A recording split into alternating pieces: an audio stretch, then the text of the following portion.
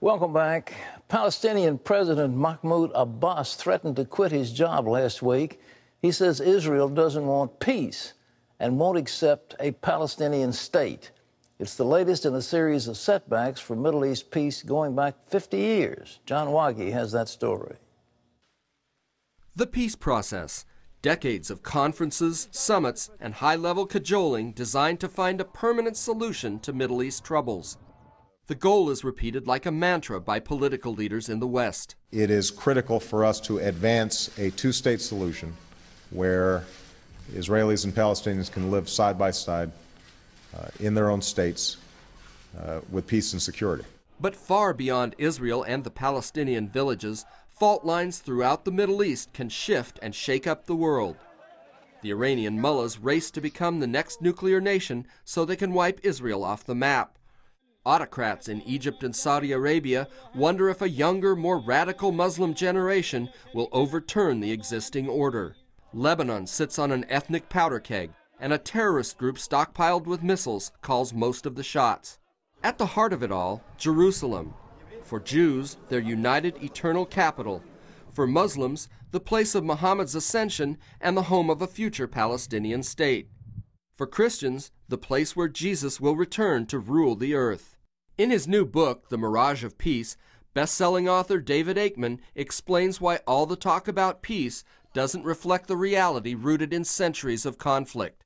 Country by country, he explores the tumultuous history of the region that never seems to settle down.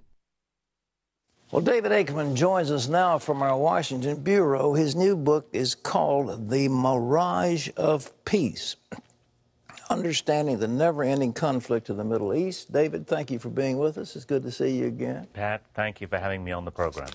What is the central thesis of your book? I looked at it. What is it you would want to tell the viewers?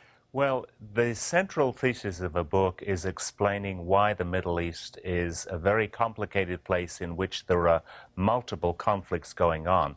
The central one really is the struggle for the Jewish state of Israel to gain acceptance into the Middle East community of countries.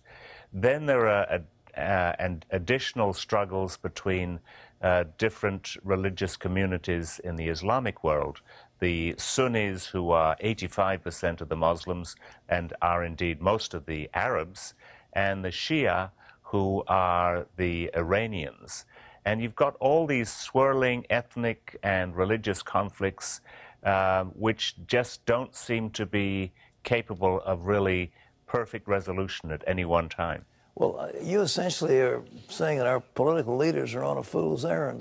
They'll never get peace. Well, I don't think it's a fool's errand to attempt to get peace. I think blessed are the peacemakers, as the Bible says. It's a good principle to make yourself available as a mediator and a conciliator, if you can. But if you're dealing with two sides, one of which just refuses to accept the existence of the other, then it's a very difficult problem. Well, you know, the leaders of Iran and Hezbollah say the, quote, infidel West is too morally weak to stand against Islam. Are they right? No, I don't think they are. I think dictatorial regimes and their followers have, for decades, claimed that the West was too weak to stand up. And Hitler was wrong when he said that. Stalin was wrong when he said that. And I think anybody else who continues to say that will be proved wrong. Jerusalem seems to be the heart of the conflict. I spoke to Yasser Arafat. He said, well, we'll find some ways to get it. Actually, the Muslim claim about Muhammad's horse touching down on the mount is pure fiction, isn't it? Well, I think so, obviously, because I don't accept that the Quran is historical truth anyway. But the claim is that Muhammad, riding his horse Burak, made a trip to heaven, and the horse sort of made a fueling stop or whatever it did in Jerusalem and left its hoof print on a rock on the Temple Mount, which is now in the Dome of the Rock. And that is really the only claim that the Muslims have to Jerusalem, is this one, the assertion of one visit by the Prophet Muhammad to Jerusalem. Well, Aisha, his wife at the time, said, well, I don't know about any trip to heaven, but he was in bed with me the whole time.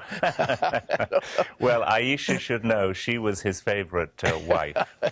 Well, how do they get off saying this is the, quote, third most holy site in Islam?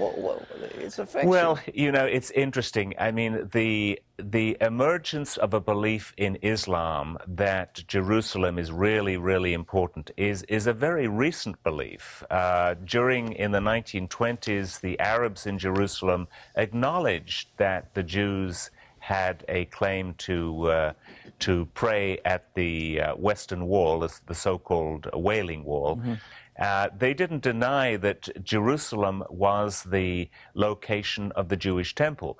But when Yasser Arafat and his group of Palestinian advisors were at Camp David in the summer of 2000, negotiating with Prime Minister Barak, the Palestinians claimed, no, the Jewish temple wasn't in Jerusalem, it was in Nablus, which is a city about 50 miles north of Jerusalem, which is absurd. Well, a lot of their claims are absurd, but do you think they'll ever get over it? The Jews aren't going to give up Jerusalem. At least it seems like they won't. Of course they won't, and nor should they. The only guarantee of freedom of religion and indeed freedom of movement in Jerusalem is for the Israelis to maintain control over the city. If you divide the city into two and have a Palestinian capital and an Israeli Jewish capital, then you'll go back to the divide of the period 1948 to 1967, which was a terrible period. The Jews weren't even allowed to worship at the Western Wall in that time. What about nuclear? The Iranians are certainly hell-bent on getting a nuclear bomb. They have the delivery mechanism. Do you see some nuclear war coming?